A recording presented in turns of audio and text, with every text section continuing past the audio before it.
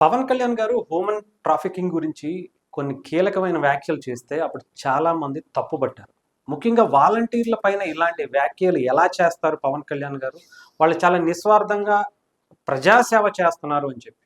అయితే రీసెంట్‌గా విశాఖపట్నంలో ఈ హ్యూమన్ ట్రాఫికింగ్ గురించి అక్కడ సిపి రవిశంకర్ గారు ఒక విధంగా చెప్పాలంటే వాళ్ళందరికీ ఒక హ్యూమన్ ట్రాఫికింగ్‌లో ఇరుక్కుపోయినటువంటి కొన్ని వందల వేల మందికి ఆయన ఒక దేవుడైపోయాడు. నిజంగా అంటే ఈ వ్యాఖ్యలు పవన్ కళ్యాణ్ గారు చేసినప్పుడు ప్రభుత్వం మాత్రం వెంటనే పవన్ కళ్యాణ్ గారి మీద బురద జల్లే ప్రయత్నం చేశారు. కానీ ఇప్పుడు ఎలక్షన్స్ అయిపోయిన తర్వాత రవిశంకర్ గారు సిపి ఆయన ఒక చొరవ తీసుకుని కంబోడియాలో ఉన్నటువంటి హ్యూమన్ ట్రాఫికింగ్ గురించి చేసినటువంటి కొన్ని సంచలనటువంటి విషయాలు బయటకొచ్చాయి. ముఖ్యంగా చెప్పాలంటే ఇండియా నుంచి కొన్ని వందల వేల మందిని ఇతర దేశాలకు తీసుకువెళ్ళటం, అక్కడ వాళ్ళ పాస్‌పోర్ట్‌లు అవి చింపేయటం, అక్కడ పక్కకు పడేసి వాళ్ళని చిత్రహింసలకు గురి చేసి, వాళ్ళకి ఎటువంటి అంటే అన్నం కావచ్చు, ఫుడ్ గాని, ఎటువంటి వాటర్ గాని ఇవ్వకుండా వాళ్ళని అనేక విధాలుగా చిత్రహింసలు పెట్టేసి, వాళ్ళతో ఏదో ఒక విధంగా పైగా ఇండియా మీదే తిరిగి సైబర్ నేరాలకు పాల్పడాలని చెప్పి వాళ్ళ మీద ఒత్తిడి తెచ్చి, లేకపోతే చంపేస్తామని చెప్పి బెదిరించి, వాళ్ళని చేసే పనిని నిజంగా చెప్పాలంటే చాలా దారుణమైన పరిస్థితుల్లో వాళ్ళు బతికారు. ఇవన్నీ కూడా పవన్ కళ్యాణ్ గారికి గతంలో తెలిసే, అది కూడా వాలంటీర్లని అడ్డం పెట్టుకొని కొన్ని వందల మంది, వేల మంది ఆంధ్రప్రదేశ్ నుంచే వెళ్తున్నారు. అది కూడా విశాఖ, అనకాపల్లి, శ్రీకాకుళం, అరకు, అలాగే అనంతపురం నుంచి జరిగేటువంటి ఈ హ్యూమన్ ట్రాఫికింగ్ గురించి పవన్ కళ్యాణ్ గారు చాలా కీలకమైనటువంటి సమాచారాన్ని ఇచ్చారు. అవసరమైతే ఆళ్ళు కోర్టుకు అయినా వెళ్ళొచ్చు, లేదంటే ఇంకొకటైనా వెళ్ళొచ్చు అని చెప్పడం కూడా జరిగింది. అప్పుడు కూడా దాన్ని సీరియస్‌గా తీసుకోలేదు ప్రభుత్వం. కానీ ఇప్పుడు నిజంగా వైజాగ్ సిపి ఆయన రవిశంకర్ గారు ఒక ముందడుగు వేసి నిజంగా వాళ్ళందరినీ తీసుకురావటం.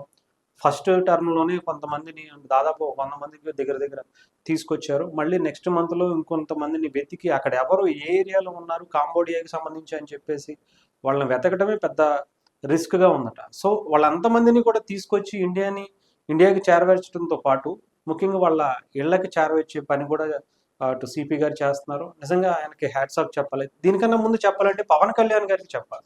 ఎందుకంటే అసలు దీన్ని ఐడెంటిఫై చేసింది పవన్ కళ్యాణ్ గారు. చాలా ధైర్యంగా అంటే ఒక వాలంటీర్ వ్యవస్థని సక్రమంగా నడిపించాల్సిన ప్రభుత్వం దాన్ని అడ్డదారుల్లో తీసుకువెళ్తున్నారు.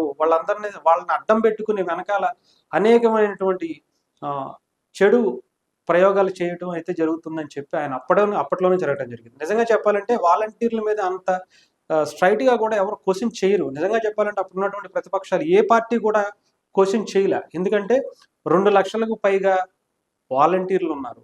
వాళ్ళ ఓట్లంటే దాదాపు 2,00,000 ఇంటూ ఇంటికి ముగ్గురు వేసుకున్నా గానీ కుటుంబంలో దాదాపు 9,00,000 మంది దగ్గర దగ్గర ఆ కుటుంబ సభ్యులు ఉండేవాళ్ళు. సో ఆ ఓట్లన్నీ పోతాయనే ఉద్దేశంతో ఎవరు కూడా వాలంటీర్ల మీద ఒక ఆరోపణ కావచ్చు, లేదంటే ఇంకొకటి కావచ్చు. నిజమనే అనుకోవచ్చు. నిజంగా ఇప్పుడు ఈ రోజు నిజమైంది కాబట్టి అది నిజమే కాబట్టి ఆ ఓట్లు పోతాయని చాలా భయపడేవాళ్ళు. కానీ పవన్ కళ్యాణ్ గారు నిజాయితీగా ఓట్ల గురించి కాదు, ప్రజల గురించి ఆలోచించండి. ఎంతోమంది దీనివల్ల ఇబ్బంది పడుతున్నారు.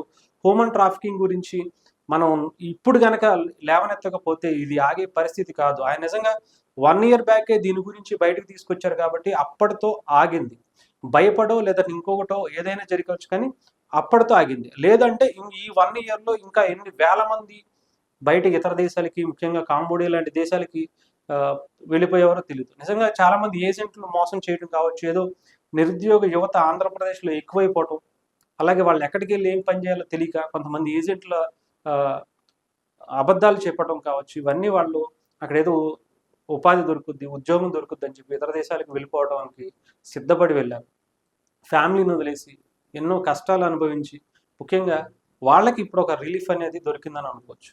ఇది నిజంగా ఆయన పవన్ కళ్యాణ్ గారు లాంటి వ్యాఖ్యలు చేయకపోతే గనక ఇది ముందుకొచ్చేది కాదు.